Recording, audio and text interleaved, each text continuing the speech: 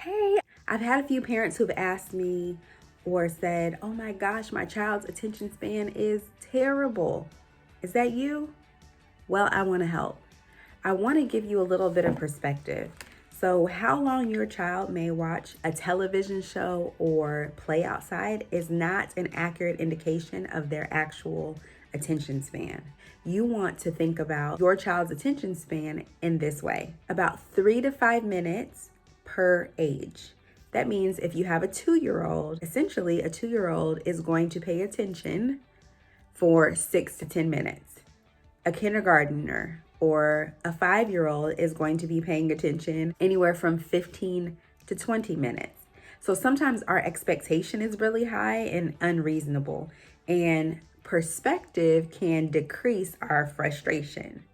If your 5-year-old has been sitting for 30 minutes doing a single activity, they probably are past their attention span and maybe even to the point of frustration, which may come out in the way that they speak, they act out, or their overall their behavior. So you want to be thinking about what is age appropriate, and our correct perspective will allow us to decrease frustration, increase engagement, and promote successful learning. If you find that your child's attention span is much lower than that 3 to 5 minutes per age, you want to contact your pediatrician or an educator, their teacher, a school counselor, to see if an intervention needs to happen or any further evaluation needs to take place. So let's talk about TV, because I know you're thinking, my 2-year-old can sit and watch TV for 3 hours.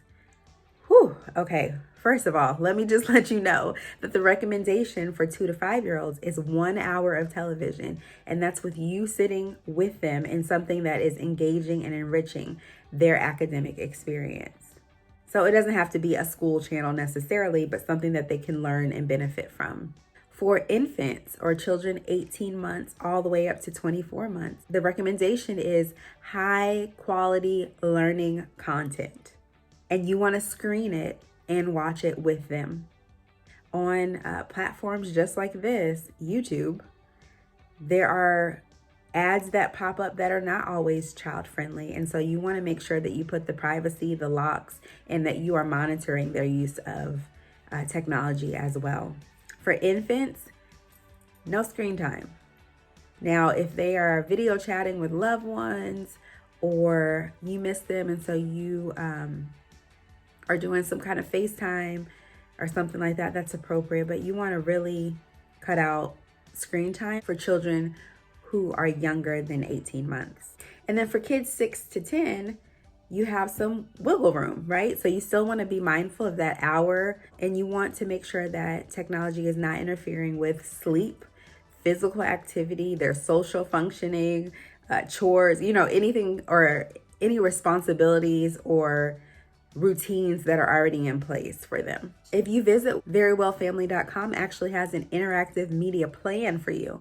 So you can really start to think about, what is my plan for my child's interaction with television, social media, technology as a whole. And then you want to be a role model. What are the things that you're doing that model the effective use of technology? So for me, I try to limit technology in the bedroom.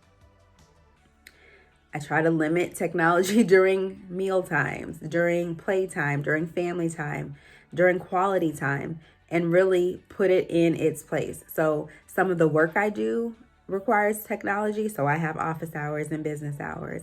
Outside of that, I want to set an example of what's appropriate and what's healthy. So hopefully that helps when you think about attention span. What are you expecting and what's age appropriate? And when you think about television and technology, what are you modeling and how can you modify that? Thanks so much for tuning in. If you need any more suggestions, tips, or would just like to reach out for a parent collaboration session, make sure to check us out at www.sup-ed.com. Like, share, comment, and click subscribe. Bye-bye.